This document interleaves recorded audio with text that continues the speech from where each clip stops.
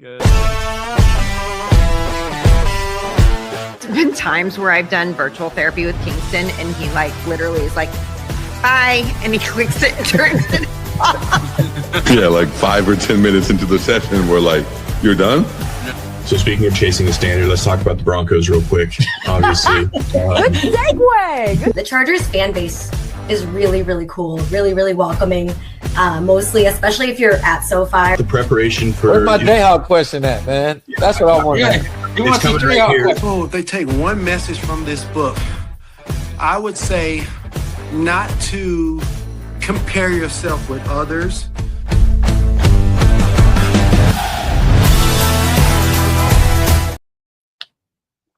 What is going on, everybody? Welcome to West War Room Rivals. It's Tuesday. You know what that means. We are in the War Room, sponsored by JBW Solutions. Welcome, everybody. We are coming back from a holiday weekend. We are almost full. We're missing Matt, of course, who is our comrade that is serving in the Navy. So, Matt, miss you, buddy. Hope you're doing well. Ethan, how was your holiday weekend? We got to talk about ours on Sunday. How was yours? Oh, it was great. Yeah, I missed 2 shows, so I'm officially back. I was in Lake Tahoe, enjoying the 4th of July on the lake. I've never been there before. Lived in California all my life. Never got to experience it, but I see why people rave about it. It's a great time. The whole time, I'm not gonna lie, and I guess this is the Southern California in me. Literally the whole time, I'm like, man, this just looks like California Adventure at Disneyland. And that was my honest reaction to it all. It is a sight to behold. Lake Tahoe, for those that live in the California, Nevada area, it is the number one vacation spot. So I'm sure you were there with a lot of other people from California, but when it's 100 and something degrees around, Lake Tahoe is a great fallback with all that they have to do. It is a great city. It was only 70 degrees. It was perfect out. We had one day on the lake, and then if anyone's ever going to Lake Tahoe, we did a raft on the Truckee River, which is basically just a lazy river, right? That goes really slow, and you just enjoy. It was honestly a really cool experience. Great way to spend the 250th. But sadly, then the U.S. men's national team got utterly destroyed and ruined my patriotism. So that's how it is. I mean, still go USA, but dang USA. That's a wild thing. Made me sad, but it felt so good after the win against Bosnia. But there we go. Can I say? Shovix, welcome back. It's been a while since I've seen you guys. Corey, what's up with your head coach, man?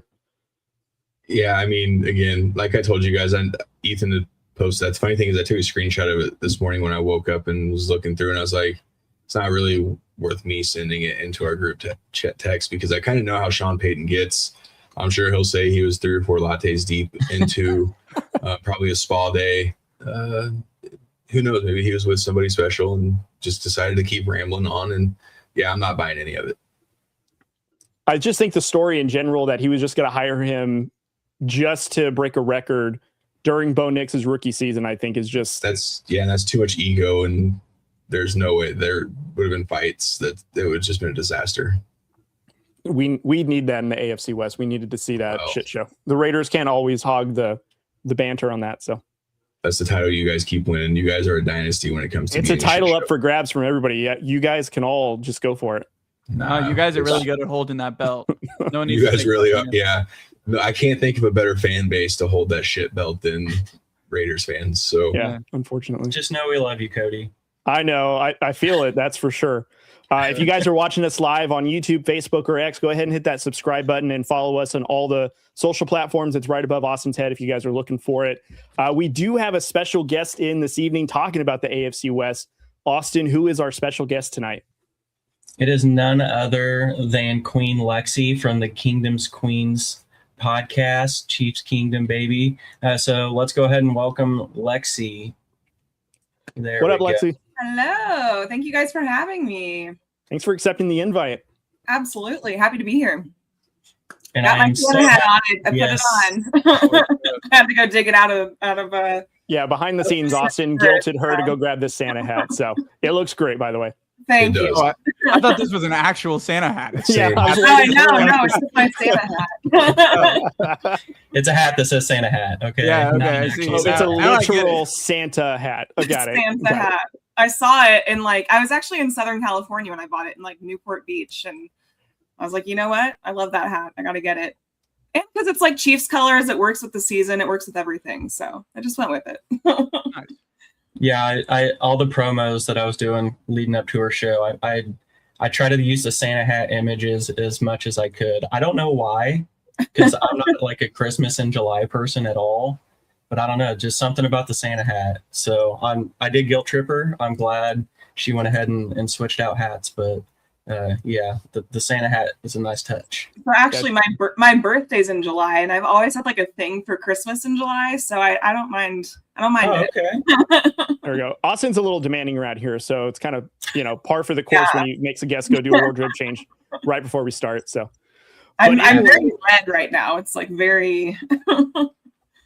Chiefs Kingdom. That's how it should be. But yeah, it's been a minute since I put on all my Chiefs stuff, so I'm stoked. I'm happy to do it. Let's dive into it. So let's talk about who you are outside of your podcast, and tell us who you are, so that way our audience knows who Lexi is. Yeah, so my name is Lexi Osborne. I was born and raised in Kansas City, so I've been a Kansas City fan all my life, all the sports. So Royals, baseball, which is not going so well this season. It was supposed to be really good, and then it just has been really bad. And then obviously I've been a Chiefs fan. Got into kind of tweeting about and covering the Chiefs like kind of during COVID times, I would say, just because there wasn't a lot to do. And I've had Twitter for a really long time. I've had it since like 2010, 2011, something like that. But I was always on like the pop culture side of it, and I never really ventured onto like the sports side of it. And then I kind of started discovering all of that during the pandemic when there was nothing else to do. And I was like, you know what? Let me like kind of just start tweeting about it and getting into it with everyone. And it was also a fun time to get into it, of course, because we were having a lot of success and just kind of got into that side of things. But yeah, and like I was telling you guys earlier, I grew up in Kansas City, but then I've kind of moved around. So I actually lived in Los Angeles for a while when I was in my early 20s. Nice. Where I was living in North Hollywood, and then I worked down in Santa Monica. I kind of worked all over the place. That's where I live. In Santa Monica? Yeah, I live in Santa Monica. Nice. I loved it. I was a manager at the PacSun on the promenade there. Oh, I live like 4 blocks away from there. Okay, yeah. So that's So I was right over there all the time. Yeah. So now you're a Chargers fan. So we're all good. No.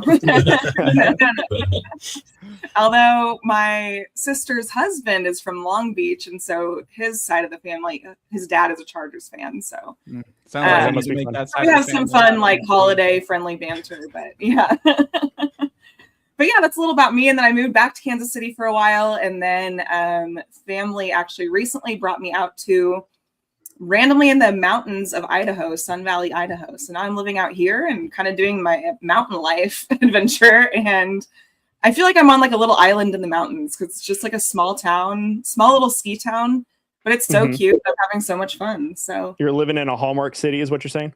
Yeah, no, it definitely is. Matches I feel like with your Santa hat, doesn't it?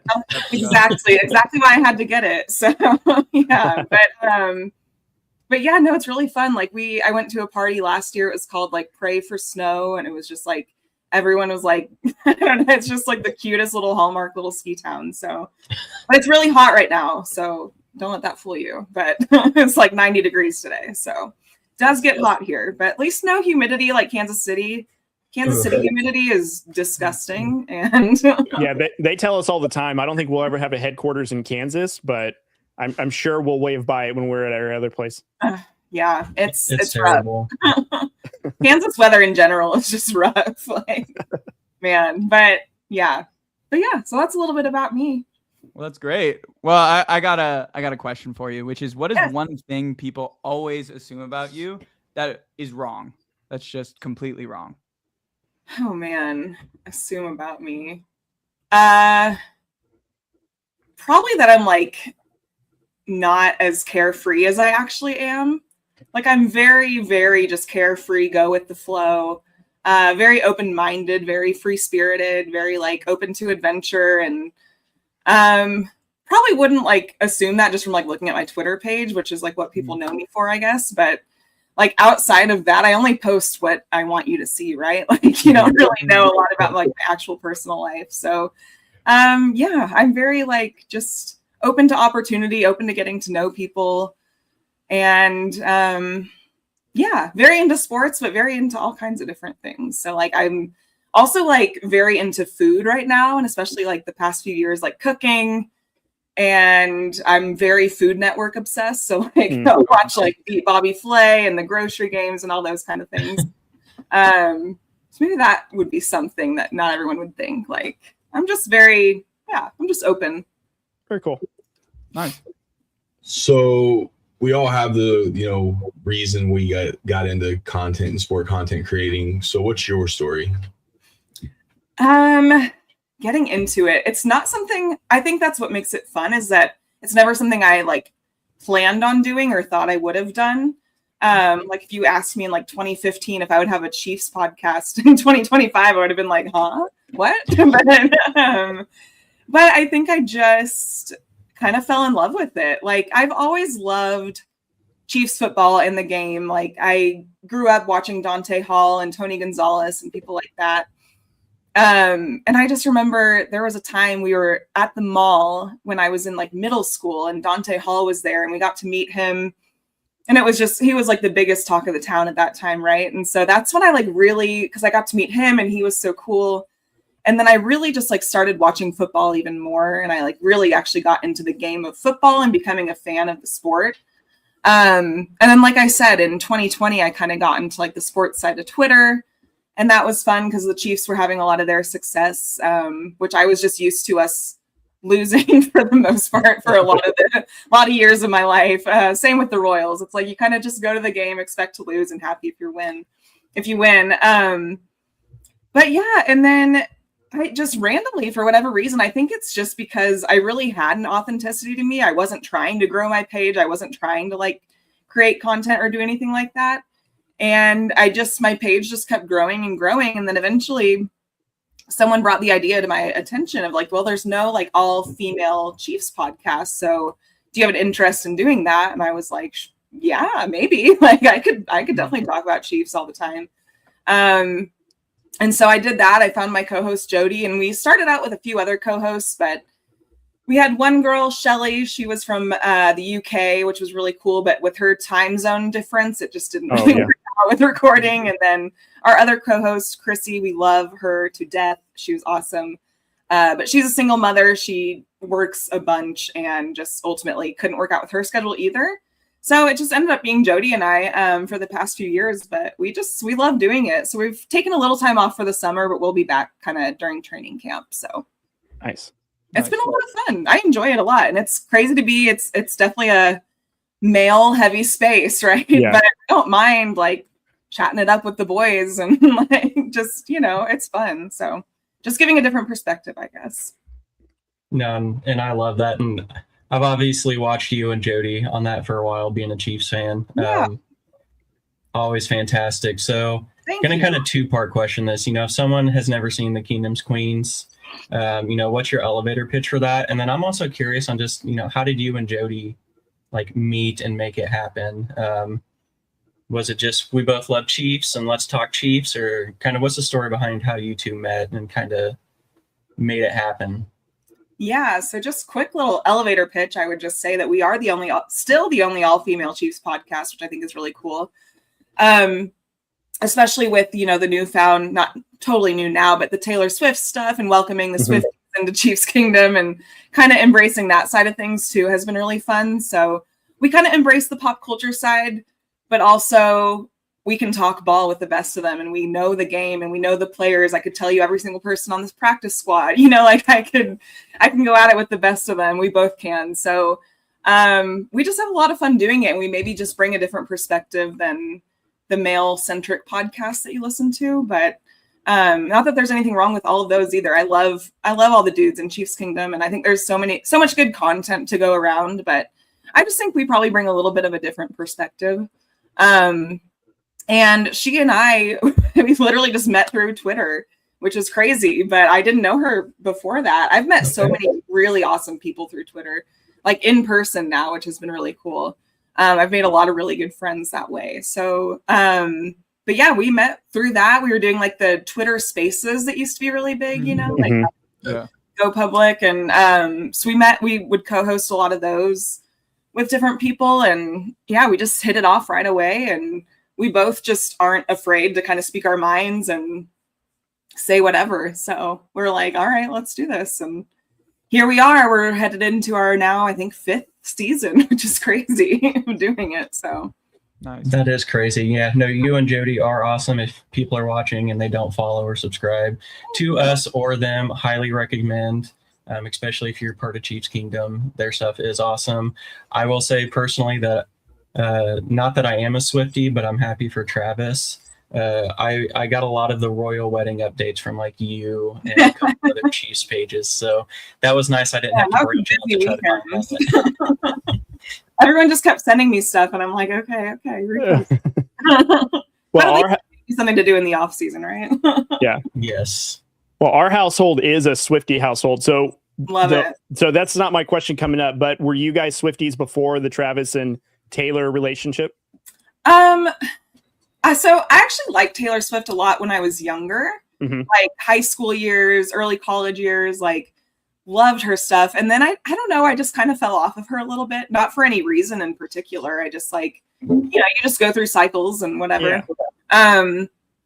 And then all of a sudden I hear that Travis is dating her and I'm like, no way. And then I kind of was like, okay, yeah, I used to like Taylor a lot. Like I could totally get back into this. And so I did. And now I'm all back. I love her. So I love her new music and it's fun. So what's funny is when they were dating, of course, my wife now drew an interest of who's Travis Kelce, and I explained it to her. And so now she is like a Chiefs fan by default of Taylor's now husband is on the Chiefs kind of a thing.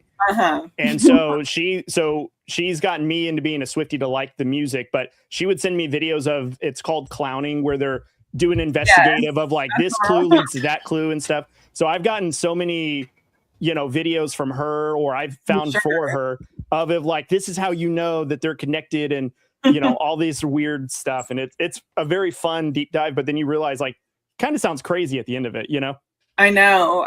Swifties, I'll give it to them. They are dedicated, like even more than football fans, which is mind blowing, but it's like they are wild and they will get you with everything. Watch what you say about Taylor. They'll catch you. And Travis at this now, point. now Travis. Careful. It's like the mafia. It is. All right, Lexi. So you kind of gave us a little bit of a story about you and your co-host, but how did the genuine idea of the Kingdom's Queens like kind of grow from being just an idea to like actually growing in a community? So how did that kind of go to where you are today? Really just I just appreciate the support of Chiefs Kingdom in general, because we would not be where we are today without everyone supporting us. So, we were able to, the last few years, last 2 seasons, we've been on like the local Fox News.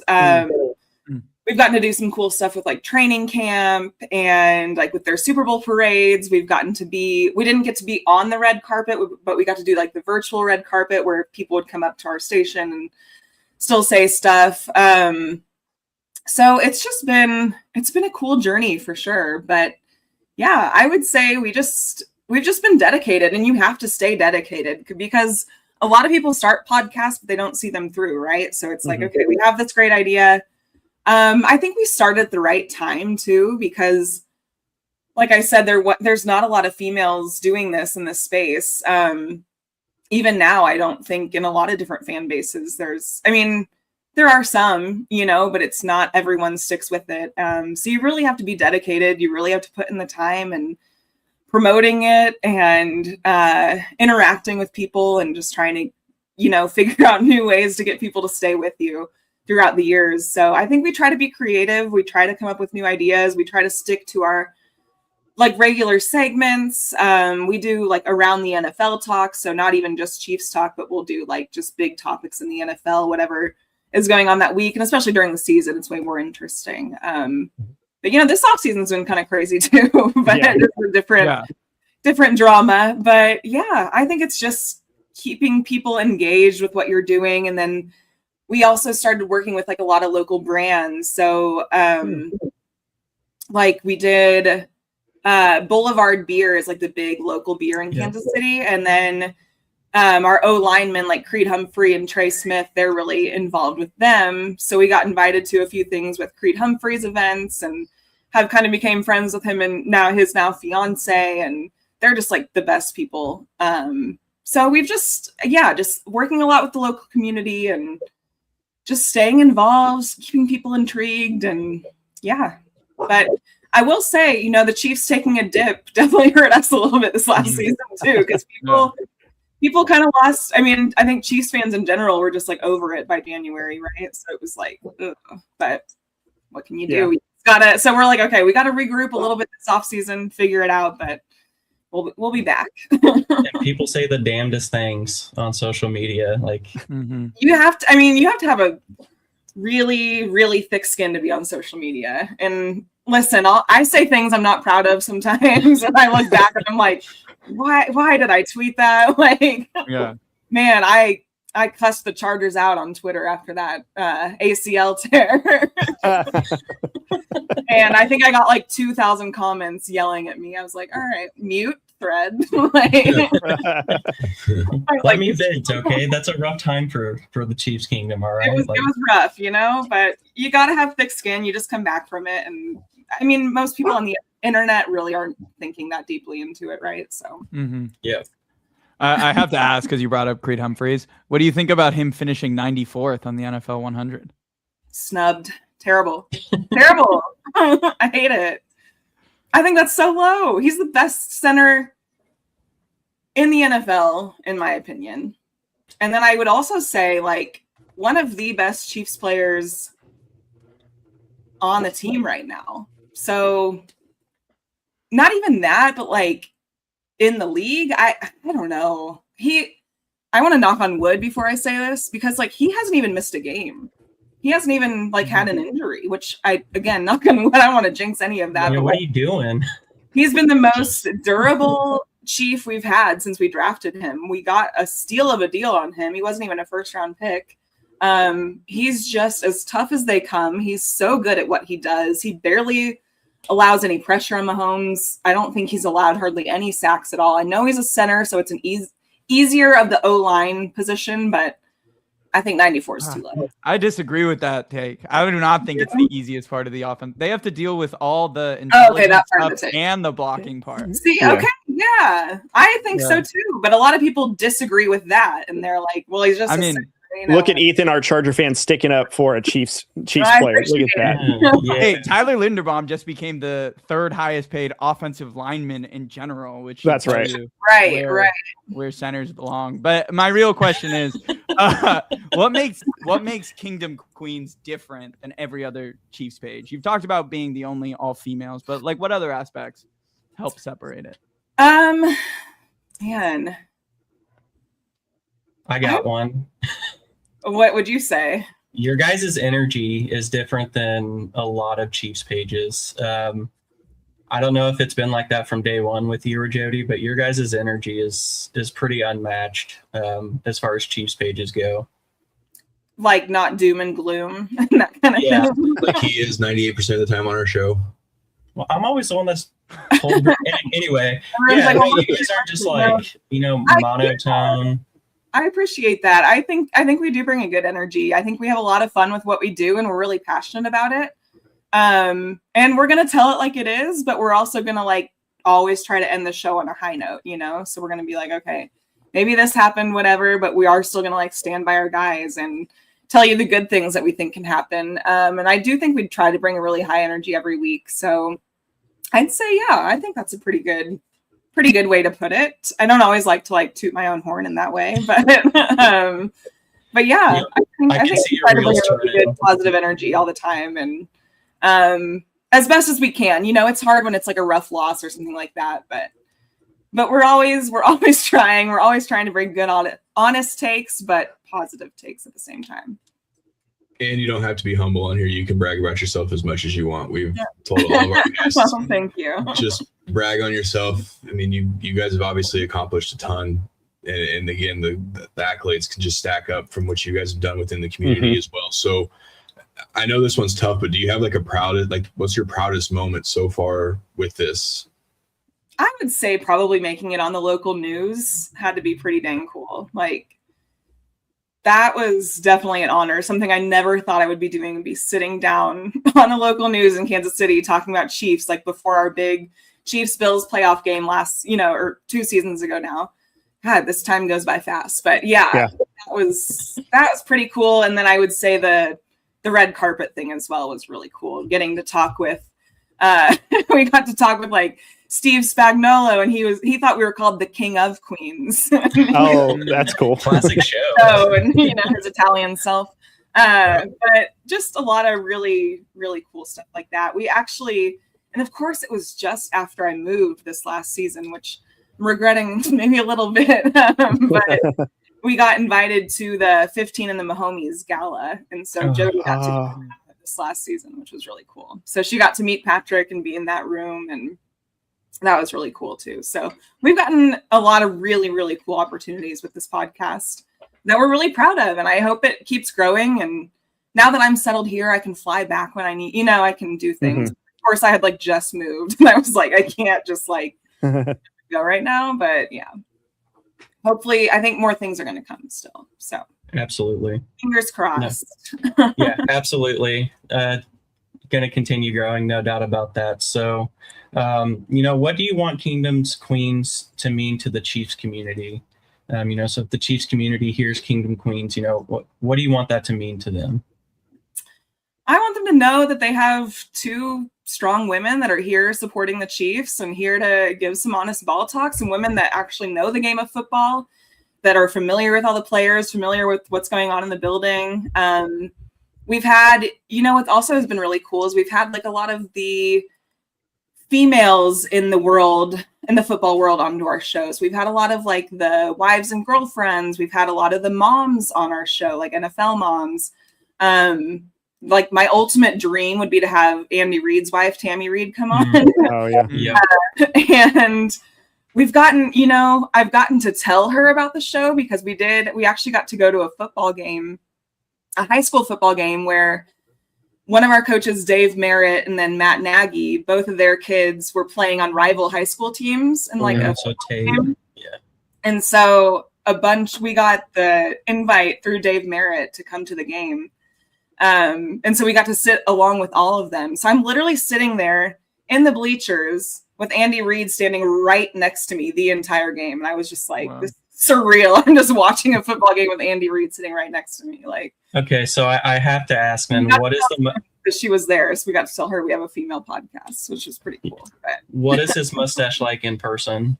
Oh, surreal. Everything you would hope for. That's the first. When you said that, I'm like, she was up close and personal with the mustache. It was unbelievable. It's 10 times what you would expect. No, it was awesome. It was awesome. He was really, really nice. And like, everyone, which I feel like is super cool. And why I think the Chiefs have a lot of success is because they all are super down to earth. And they're all just like standing there watching a high school football game and, making all those kids' nights. And I ended up telling Andy Reid about like my high school story and how I played varsity golf. And I was just like, I don't know what I'm saying to you right now, but he was really, really nice guy. So that was cool. A pretty surreal moment too. So the next question I have is going to go into the Chiefs and their offseason, but I do have a follow-up before we kind of wrap up on Kingdom's Queens. So I love to hear about more or less of the humor side of podcasting and content creating, because I think people see the finished product and they think, oh, it's all well rehearsed and all that. But people don't realize behind the scenes of like the technology that goes wrong, the chaos that's going on, dogs barking. Like I've got 2 dogs sometimes that'll bark randomly. So what are some funny moments that you can recall, like behind the scenes that people maybe not know about, but maybe that you guys had that happened early on that you guys kind of look back on and smile?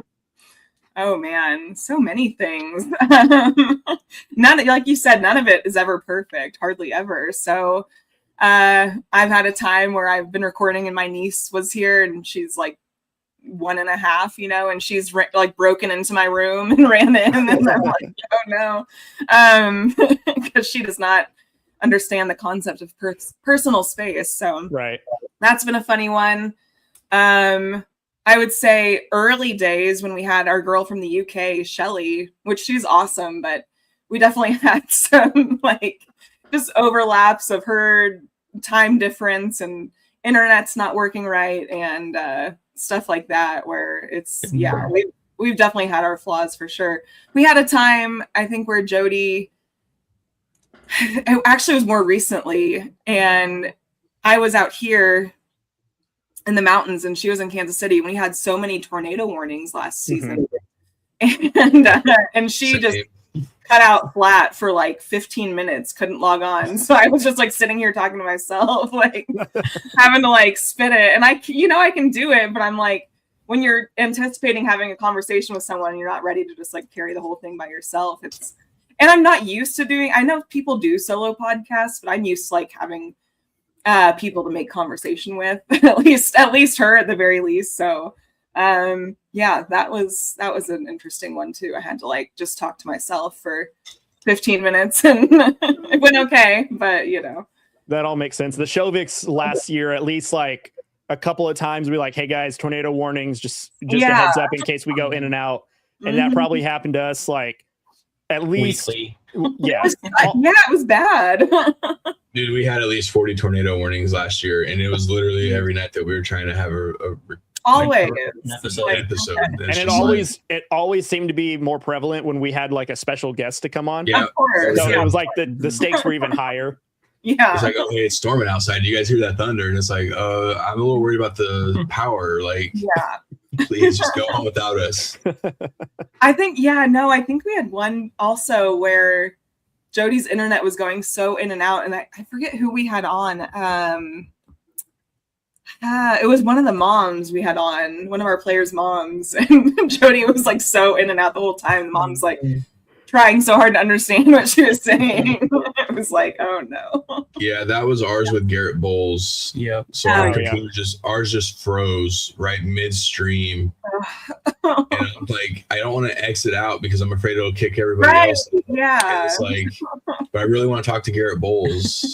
So we had to sit the last 20 minutes and just really watch our co-host carry it. But yeah, technology is not, we're not the best. Yeah. As far as we've come in technology, it's still like, there's definitely still stuff that happens all the time. Well, and what's humbling too is like some of the special guests that Austin has booked for us that we'll talk to that are former players, maybe coaches, they're human. So like half the time they don't know how technology works. So half the time we send them a link, they hop on, they're trying to figure out how to turn their camera around. So we're like, oh, do this, do that. And they're like, I don't know what to do. Yeah, we had I don't know if you remember Carson Steele. I know you probably do. Yeah. Oh, I do. Oh, yeah. Baby alligator, man. Yeah. Fantasy football deep sleeper. Yes. So yeah. But we had him on when he was a rookie, so like right before camp started that year. And he had the same issue. Like he couldn't figure out like which way to turn his camera. He was doing it from his car. I was like, oh, this is... Eventually he figured it out, but very cool. All right, I guess we'll stop talking shop and we'll get back into the Chiefs offseason, unfortunately. So, Lexi, if you had to give a grade for the Chiefs this offseason, what grade would you give them and why? I'm going to set it like a B right now. I think there are things I did definitely to make us better. But I think everything kind of remains to be seen. I really, really love the Kenneth Walker move, of course. I think that's my favorite move of the offseason. I think low-key we did some stuff to add to the D-line, and I don't think it's going to be as bad as people think it's going to be.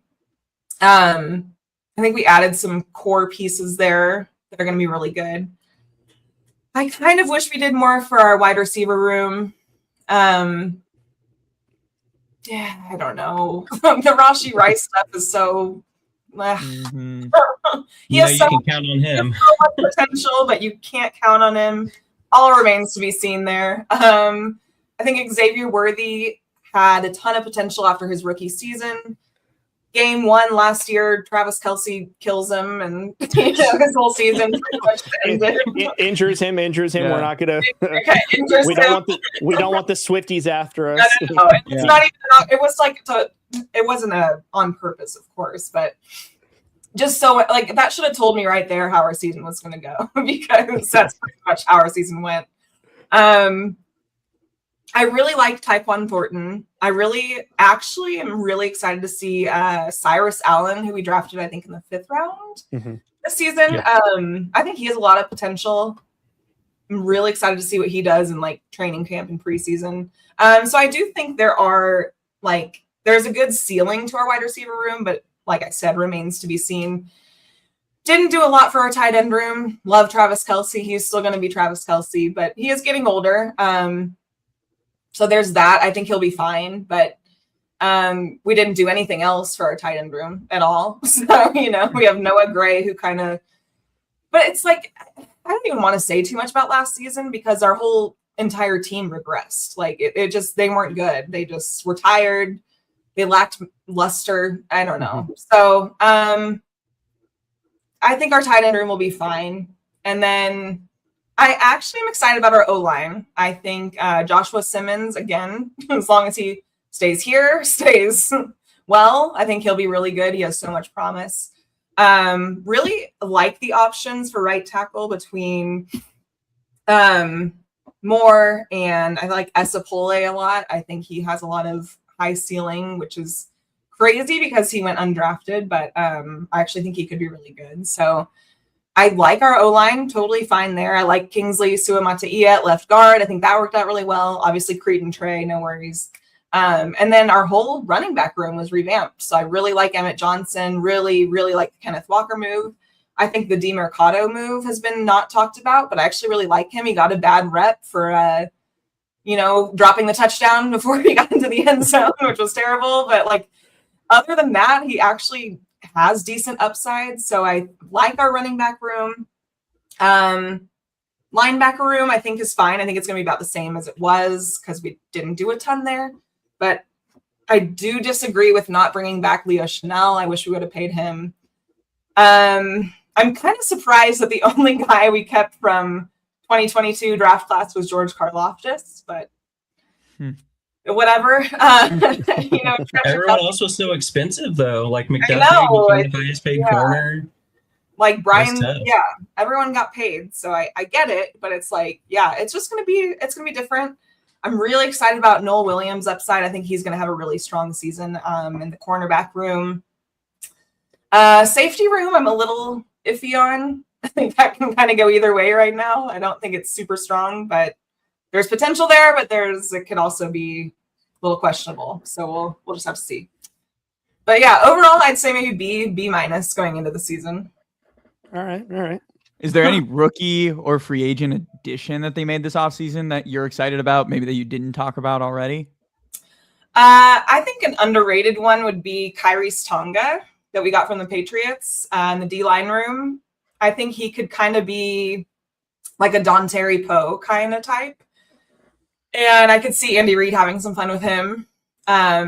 Maybe putting him in on some offensive plays like he actually did for the Patriots last season, I think would be super fun. So I think he's been kind of an underrated one that I'm excited to see. And then, like I said, Cyrus Allen, too, in the wide receiver room. That's the one I've talked about the most for the Chiefs. I think Cyrus Allen, I thought he was drafted perfectly. Like, you're not obviously going to take him higher than what I think that was just like the perfect spot to take him in that position. Because you're not going to ask him to come in and just be a star right away. Like, he can work his way through special teams, work his way in there. Yeah, I kind of like that potential, especially if they were able to get him into the slot. I agree. And I think the potential is really high there. And he's, you can only say so much because we haven't had pads on or anything yet. But yeah, I'm very high on him right now. So. And then what's your biggest concern keeping the Chiefs from another Super Bowl? She's like, nothing. Rasheed Rice. I mean, I think the law. Well, my theory on last season is I think a lot of it. No team has ever had the chance to three-peat, right? I think that was like so much pressure on them. I think it really got into their brains and then how flat they fell in the Super Bowl because the whole playoffs, they were great up until then. And then it was just like, holy I don't know what just happened. So And we know, I mean, Philly was going to beat the hell out of whoever they played. But I just think it took it out of them, and then it showed all last season. I think they just were like tired. I think Trey Smith said it on, I forget what podcast he said it on, but he was like, you just kind of get used to the success and you do get complacent, and you might not notice it in the moment, but I think all of them looking back on it would think like, yeah, we got complacent and we just expected to keep winning and expected to do all that. And then it just suddenly stopped. And so I think they had a big wake up call. They're having a really long off season right now. And, but I think, yeah, there's gotta be a lot of adjustments. I think our wide receiver coach, Chad O'Shea, I think he's going to be a big difference in making the wide receiver room a lot better. I think the guys kind of went undisciplined. And I know the discipline thing has been such a like joked about topic on Chiefs social media right now, but I think it's true. I think it showed, and Eric Bieniemy is not going to put up with that BS. And I think Andy Reid is going to have to humble himself a little bit with his play calling. I think he has been figured out a little bit. And he's going to kind of have to rewire and do some new things to keep defenses guessing again, because we were absolutely figured out. We had no run game last season. So I'm excited to have that back again. And I think as long as our defense can keep up, I think our offense will keep up with the best of them. So hopefully. Yeah, hopefully. So give us one bold Chiefs prediction, whether it's individual player, team, whatever. Give us one bold Chiefs prediction that fans will absolutely remember and love if it comes true. I think we're finally going to have a 1,000-yard running back in Kenneth Walker. I think he's going to embrace that role, because I think God forbid he stays healthy, I think he has been kind of disrespected in his career a little bit, where everyone, all the Seahawks fans are like, he's not that good. He only did that well because he was splitting with Charbonnet, whatever, but I think he has a bit of a chip on his shoulder, oddly enough, after winning a Super Bowl and Super Bowl MVP. I actually think he does. So I think we're going to have a 1,000-yard rusher in him finally. And Mahomes has never had a 1,000-yard running back in his career. And I think this is the first season that actually happens. And I will welcome that so much.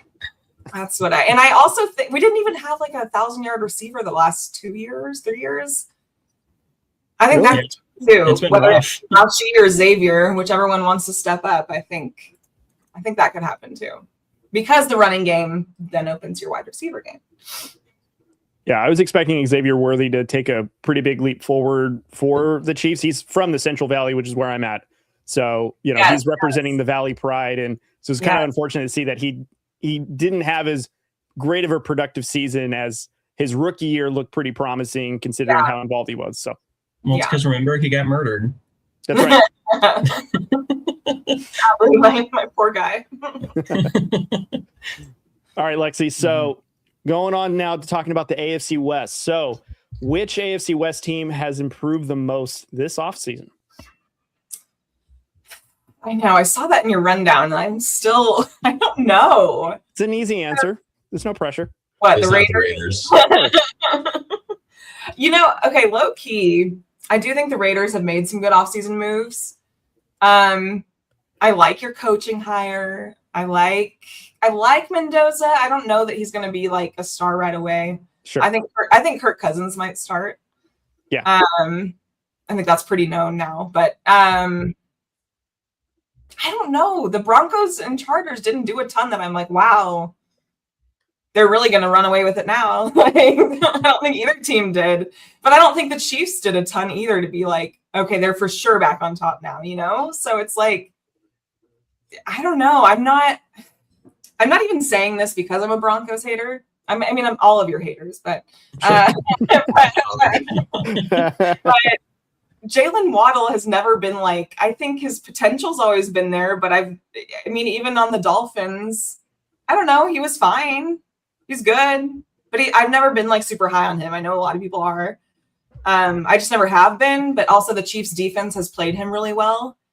Now the Chiefs have like a brand new defense this season, so maybe he'll get his on the Chiefs now, but I don't know. I'm not like super high on him.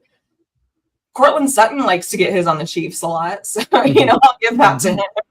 I don't know who. I'm not I think it's. She's like, I can't say the Raiders. I just No, I mean the Raiders made a lot of good improvements, but it's the Raiders. I got to see it. I got to see it.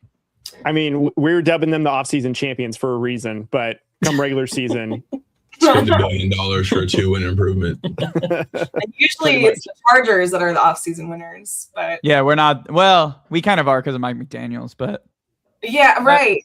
But I don't know. well, that leads to, and I think you just answered the question. Which division rival do you think is getting more hype? And I'm guessing you're thinking it's the Broncos because you don't believe in Jalen Waddle. Yeah. Broncos. Broncos are definitely getting the hype, which I get it. They won the division, but you'll see. I don't know. I still think it's the Chargers. You think they're getting the most hype? I still think. Well, I think they're getting way too much hype. He's just a Herbert hater at this point. I'm a Chargers hater. They've accomplished nothing ever. Poor Chargers. It's okay. It's fine. When they prove everyone wrong. We've all been waiting. With your if-man quarterback. Yeah. That's a lot coming from you, Cody. Yeah. I'm quoting what you said. Yeah, it's funny when I say it. So, which? Yeah. Oh, go ahead. I was going to say, you guys got to at least win a Super Bowl at some point. Because at least some playoff years game. won a Super Bowl. Ethan, I just want the record to show I did not say that. But that's why nobody believes. You have to do that before people believe. We'll see. We'll see. At least I've won a playoff game since 2003. That's for another shot, Cody. Take that, Cody. Yeah, gotcha. Yeah. Anywho. Yeah. So, which player outside of Kansas City worries you the most this season? Worries me the most? Jalen Waddle. I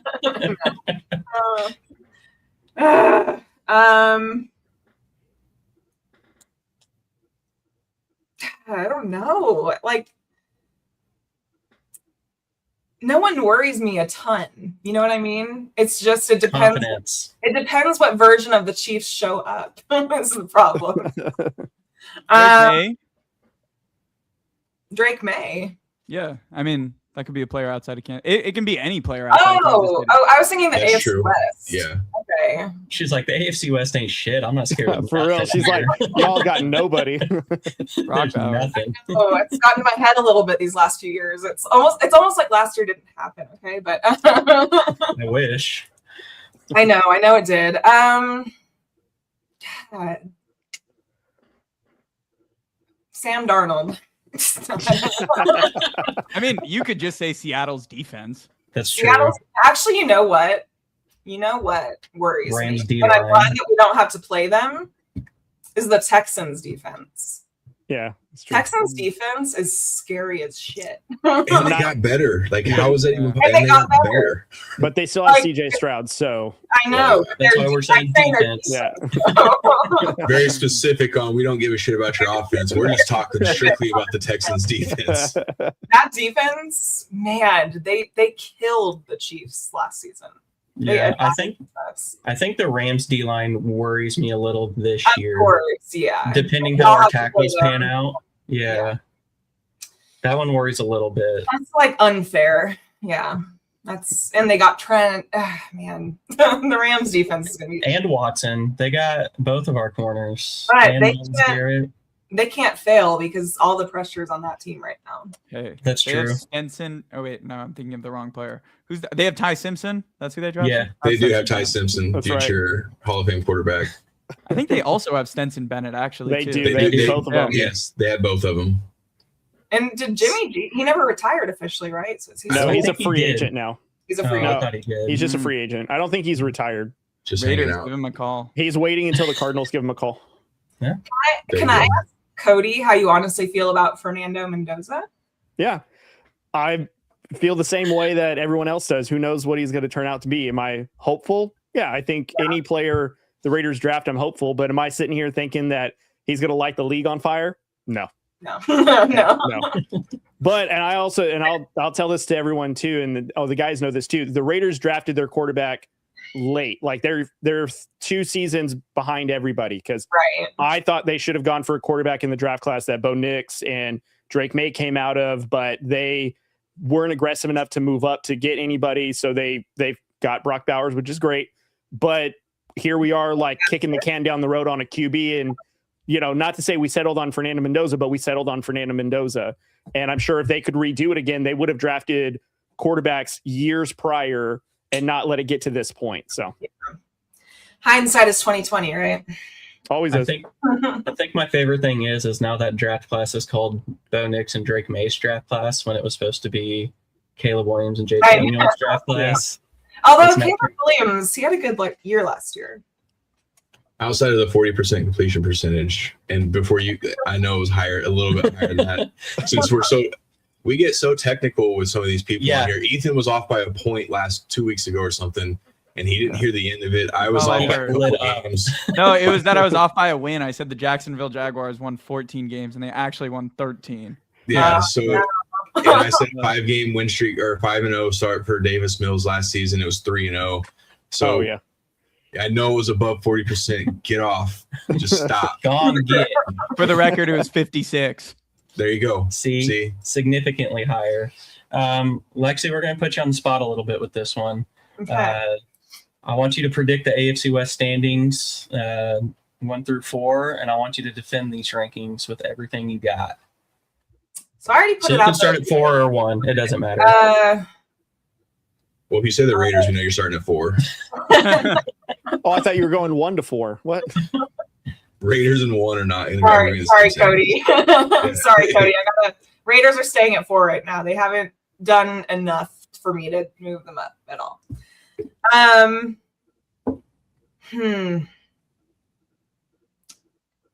gonna say this is just my honest opinion, but I'm gonna say on it.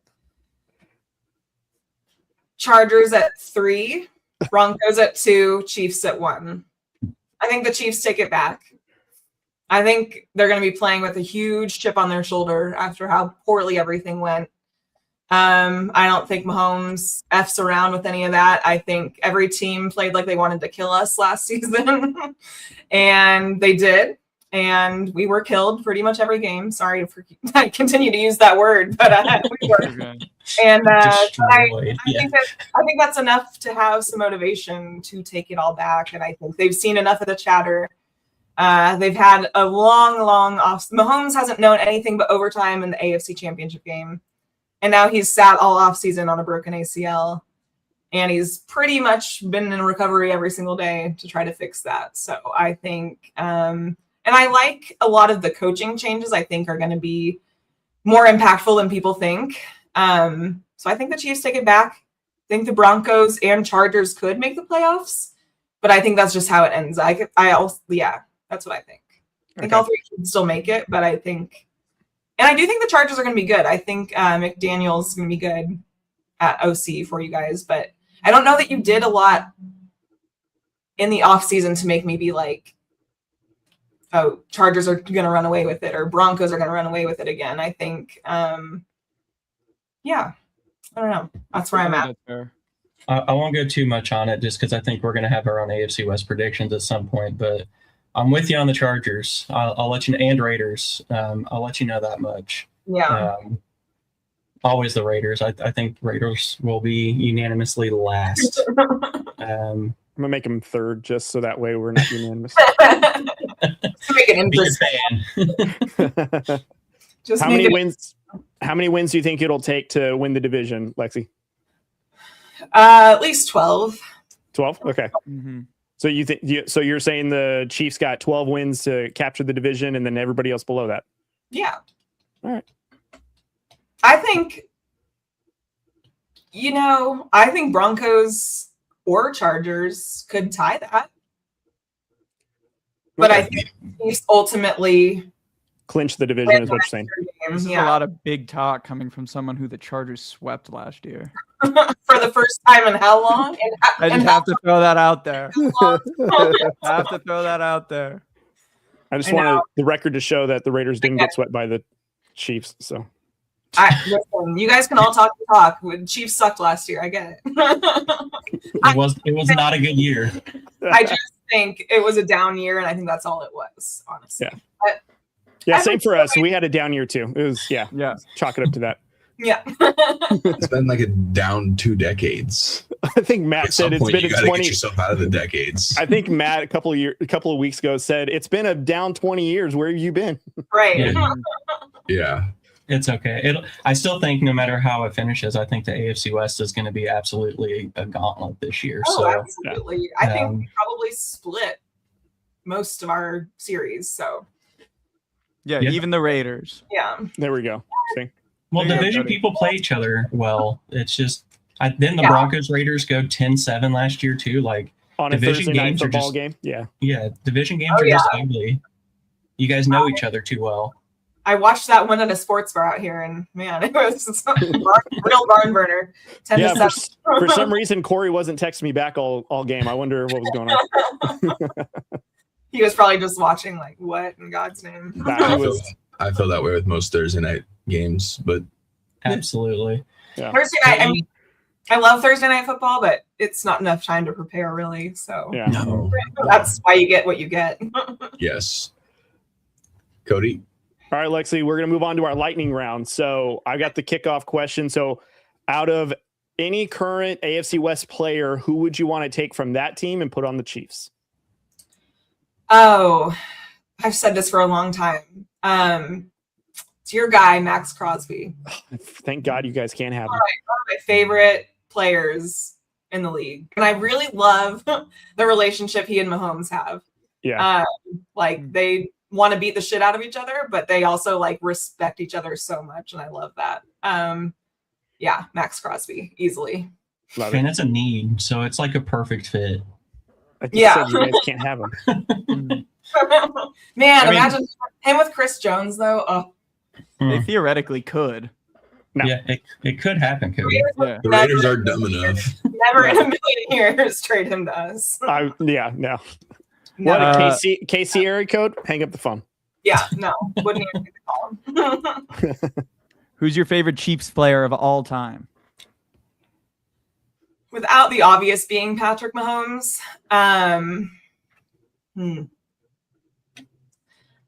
I gotta give it to Dante Hall. I shouted him out earlier, but he is the one that like really got me into watching football and sitting there on Sundays and really into the game just because he was so electric and so much fun to watch. It's just like it's that core memory, you know? It's like that just stays with you. So I outside of Mahomes, I would give it to Dante Hall. Man, I don't know about this one. Yeah, I know.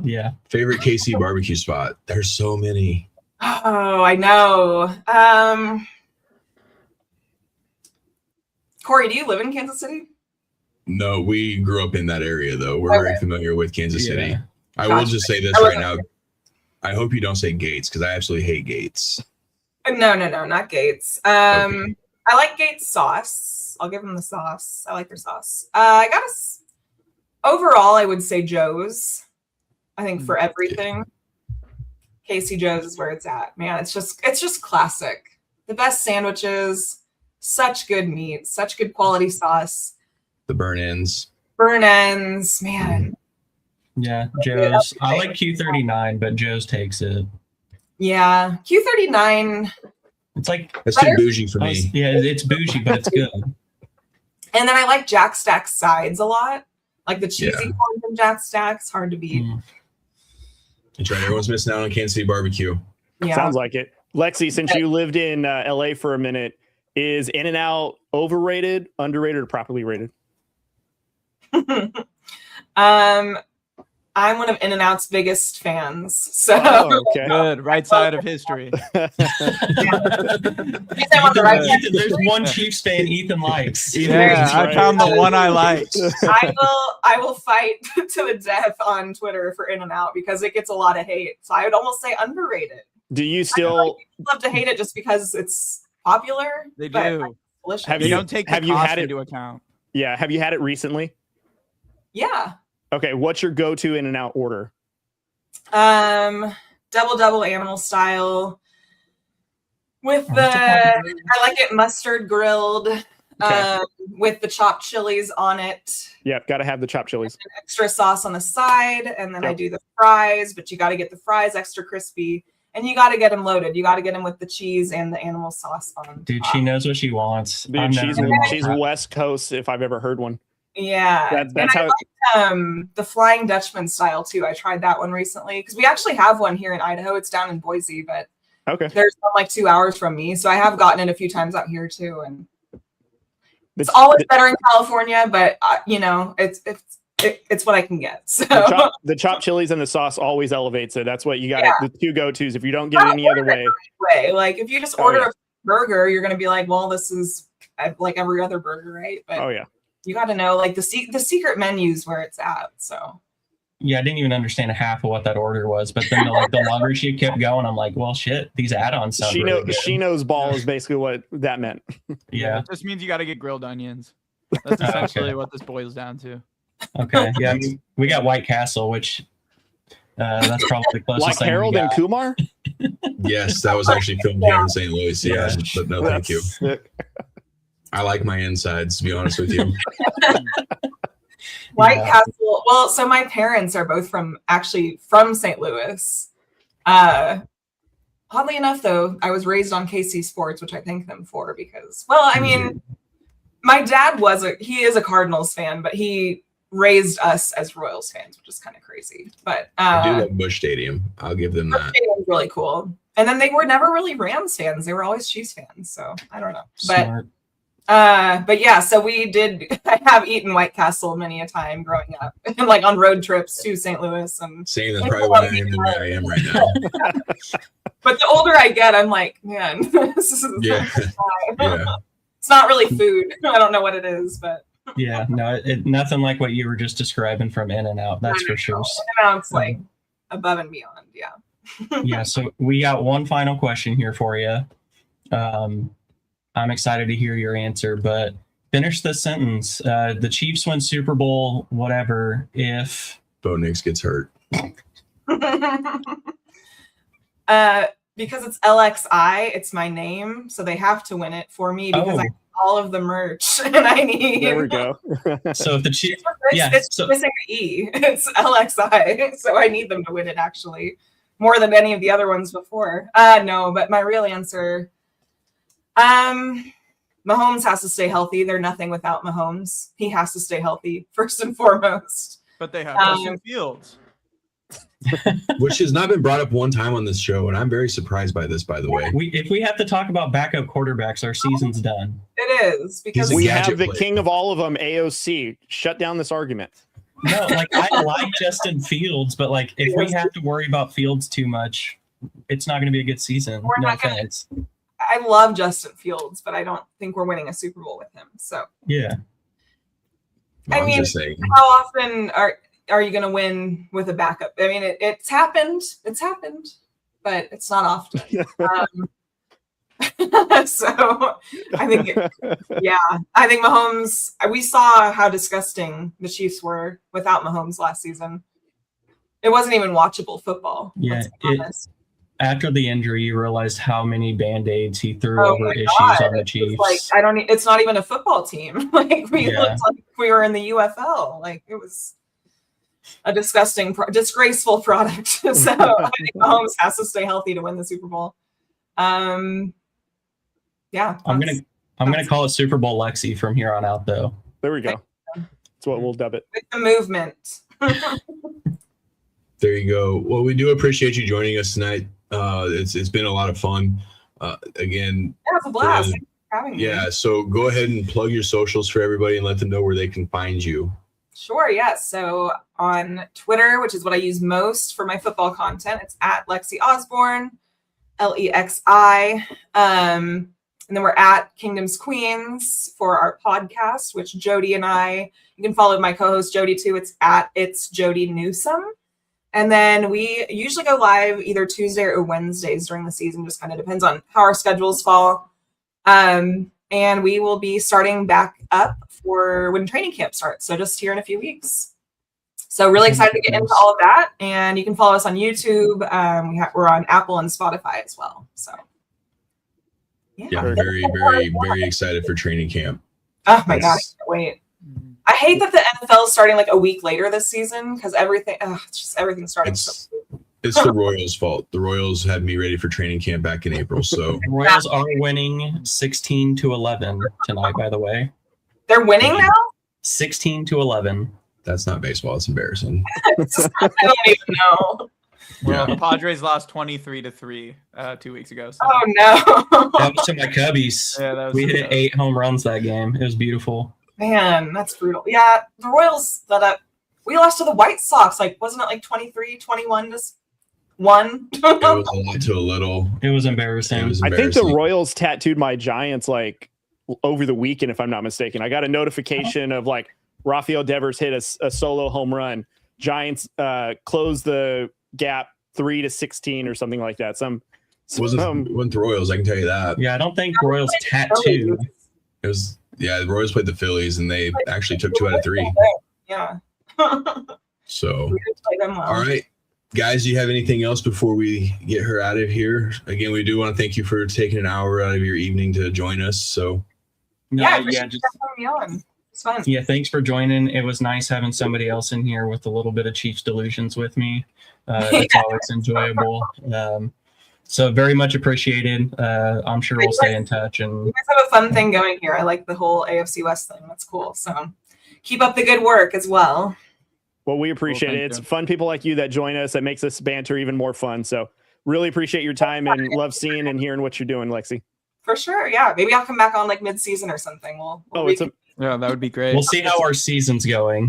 no, it's an obligation now, especially after rivalry week. Oh, it'll be great. I know. It's fun. Well, it's all, before it's all, you go, Oh yeah. I have one request. For the city of Los Angeles, can we all get a bolt up before you go?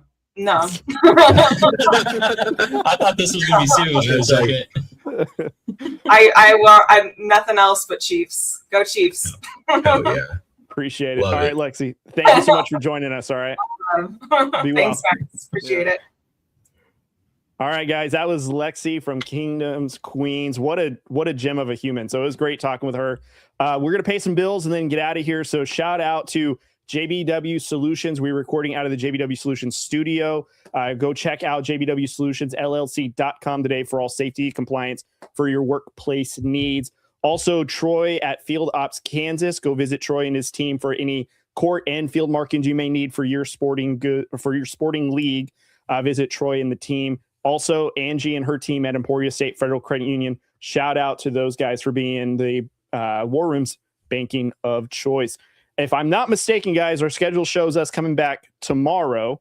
If I'm not mistaken, we are concluding our divisional breakdown of the West now. We're going to be doing the NFC and the AFC West, where we're finally given division predictions, and we are doing the offensive line of our teams. Is that right, Austin? That is correct. We are doing the big man up front, Austin's favorite position. So Giggity. Anywho, I do want to say this is the second highest viewership we've had on our show. So I want to make sure if you're new here, please subscribe to the channel. If you're watching on Facebook or X, Instagram, make sure you guys follow the pages.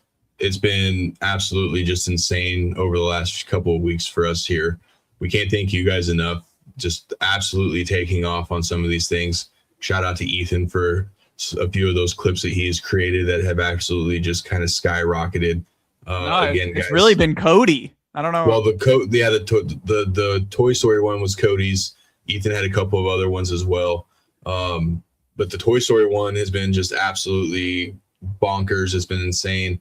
We hit the 1 million view mark the last 28 days. Yep. And again, that's to you guys. So we really want to see those views turn into followers and subscribers. So hopefully you guys have enjoyed this as much as we have over the last couple of months. And Cody and Austin, the 1 year anniversary of our first guest we've ever had on the show, Coach Dick Vermeil. Big moment for us. So again, guys, I will let the boys, any final words before Cody hits that end stream button? Thank you, everyone. Seriously, the support doesn't go unnoticed. Thank you to the 273 that are in here right now. Thank you to the over millions of people who've seen the show on socials the last couple of weeks. Thank you for Cody to creating our first 500,000 video. Sadly, he beat me to it. So I'll be chasing the 1 million one. that's right. Nope. And all I want to say, basically everything they just said, but I know we started the show with it, but I want to throw it out there towards the end. Matt's also, even though he's over in a war zone, he's still creating graphics, throwing out ideas, even when we tell him not to worry about it, to just stay safe and everything. But nothing but love to Matt. He's still very much a part of the family, part of the war room, and his seat will always be open for whenever he returns home safely to all of us. So thank you, Matt. Appreciate everything you do for not just the war room, but even though Ethan said, he lost his patriotism, we still appreciate everything you're doing for all of America. So stay safe. We love you. Can't wait to hear from you again. Hopefully you're here for that week one. I was about to say beat down, but I don't feel good about that. So just week one matchup. Go ahead and jinx it. Go ahead. No, just the week one matchup. So miss you, Matt. Love you, Matt. Can't wait to hear from you again and see you again. Appreciate everything you do. All right, guys, let's get out of here. We'll see you guys tomorrow. Boys on the screen, I appreciate and love you guys. Guys watching at home, we'll see you tomorrow.